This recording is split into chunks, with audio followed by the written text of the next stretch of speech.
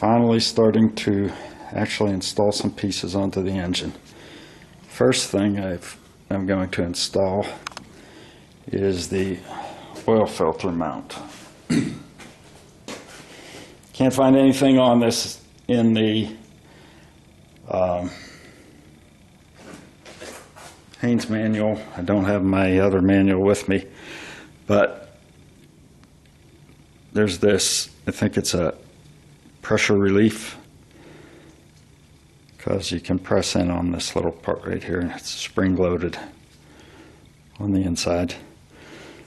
I don't think it makes any difference whether you put it in this way or that way, because in either case there is a machined area here that this gap will meet, so it allows it to pressure relief.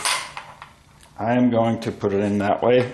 If I do research and I find out that's wrong, I'll take it off and put it in the other way before I put oil in it. Right now what I'm doing is I want to keep this engine upside down for now, because I have a few bolts for the motor mounts to clean up, and those bolts might generate some dust. This is the only exposed part of where something could get into the engine. The rest is wrapped in this plastic. So I'm going to put this in before I use a wire wheel on those motor mount bolts. Couldn't find any torque spec or anything on that, so I'm putting them in with a little bit of lock tape.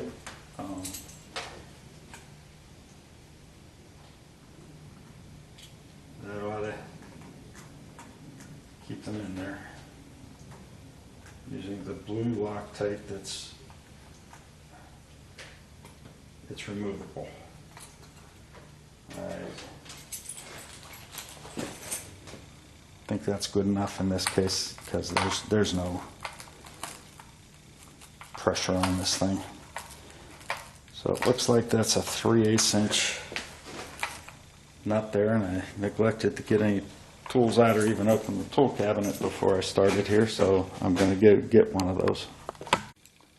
Just a real quick update here.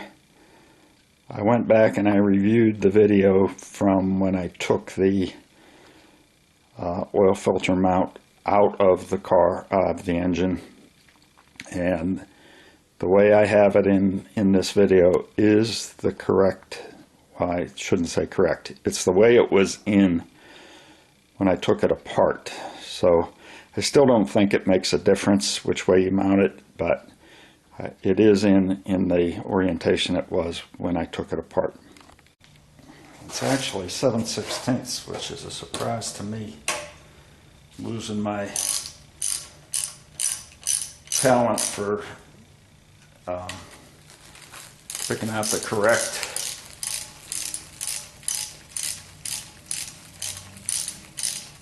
socket size or wrench size.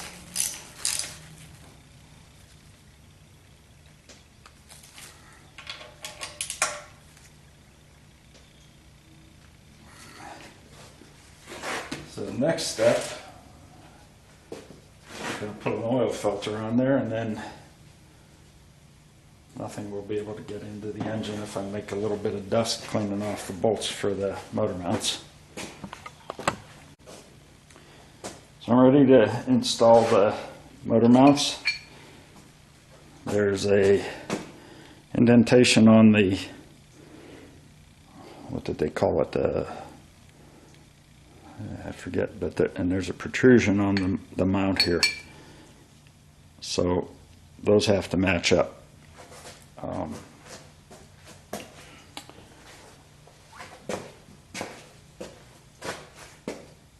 I am going to put a little bit of thread locker on the bolts because my Haynes manual said to do so. although the instructions for these from Summit Racing did not. And that plate with the indentation in it is called a preload plate.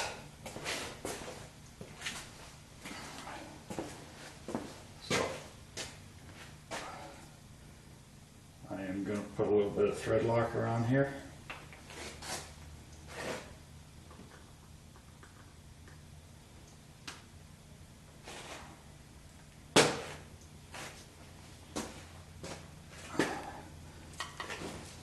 And hopefully not be in the way of the camera.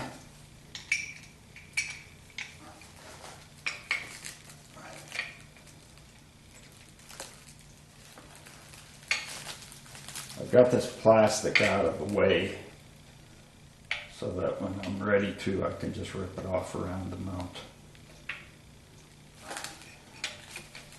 I don't know if that's started in good yet or not, but I am going to try and start the other two. There's probably paint in the threads, so it might be a little difficult to tell when the thing is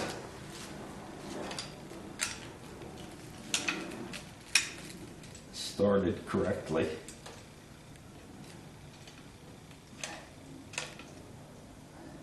That one went in a little bit better, it seems. So maybe the first one is slightly cross-threaded. I'm going to take it out and try it again once I get the other one in. Those are 9/16 heads on the bolts. And just as a reminder, if I say a bolt is 9/16, I'm really referring to the head, not the thread or the shaft of the bolt, because I'm trying to tell you what size wrench you'll need if you're replacing these mounts. So those are started. Now I have a little bit of a compound that I've been using on all the nuts and bolts that is supposed to stick on there and never dry and protect it from rusting. It's purely cosmetic in this case, but I am going to add a little bit of that before I tighten those. Okay, I've got the bolts all started and I've installed the mount on the other side. The last two instructions are torque them to 25 to 35 foot-pounds and then torque them to 40 to 45 foot-pounds. So I am going to do that.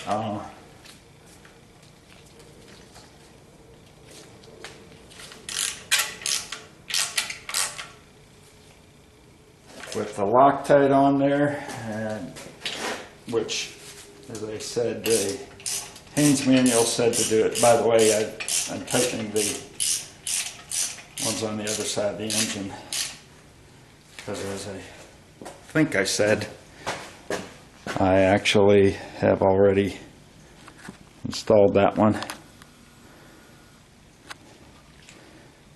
So I'm not going to move the camera around just to show tightening. I will come back after I've snugged those up and I have the torque wrench in hand. Okay, since it said 25 to 35 foot-pounds, I set the torque wrench right in the middle at 30 for the first pass.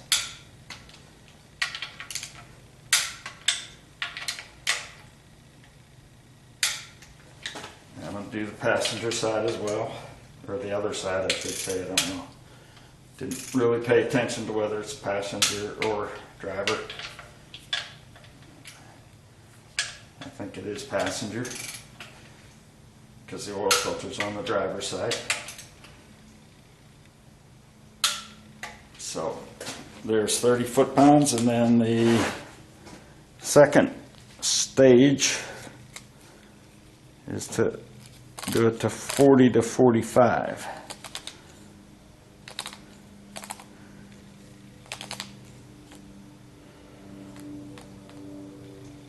I don't know why they give you such a range.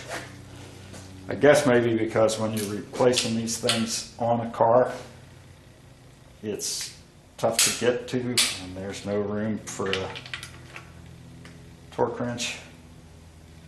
So they're probably giving you just an idea of how tight you should go.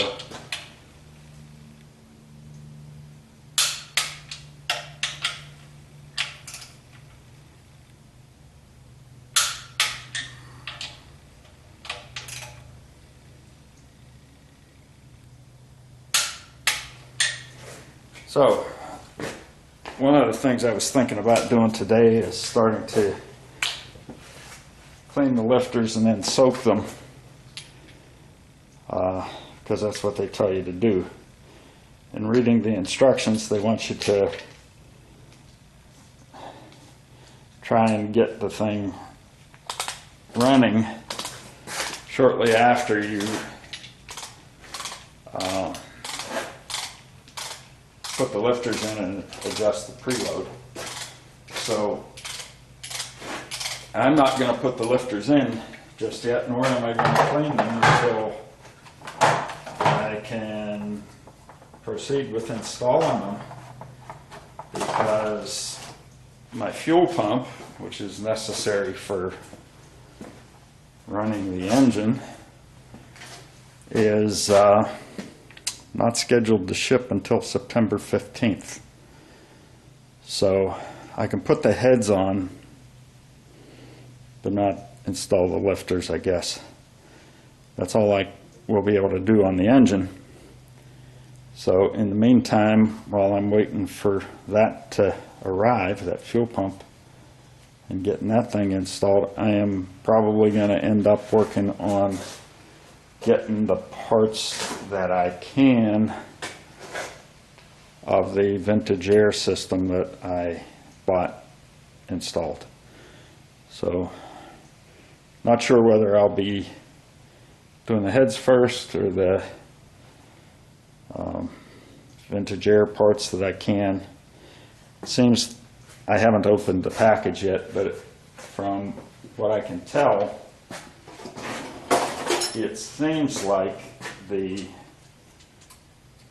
whole box that holds the heater core and the air conditioning condenser evaporator, I'm not sure which it is, that's in under the dashboard or near the passenger compartment. But that whole case, I believe, has to come off. So that will be a job in itself. But in the meantime, that's all I'm going to do for today. Unless I look at what time it is and it's early enough, I may actually put the starter on. Now, I'd have to take too much of the protective wrapping off to put the starter on. I'm not going to do that yet. Maybe once I've got to take that protective wrapping off to do the heads, then maybe I'll do the starter. But not just yet.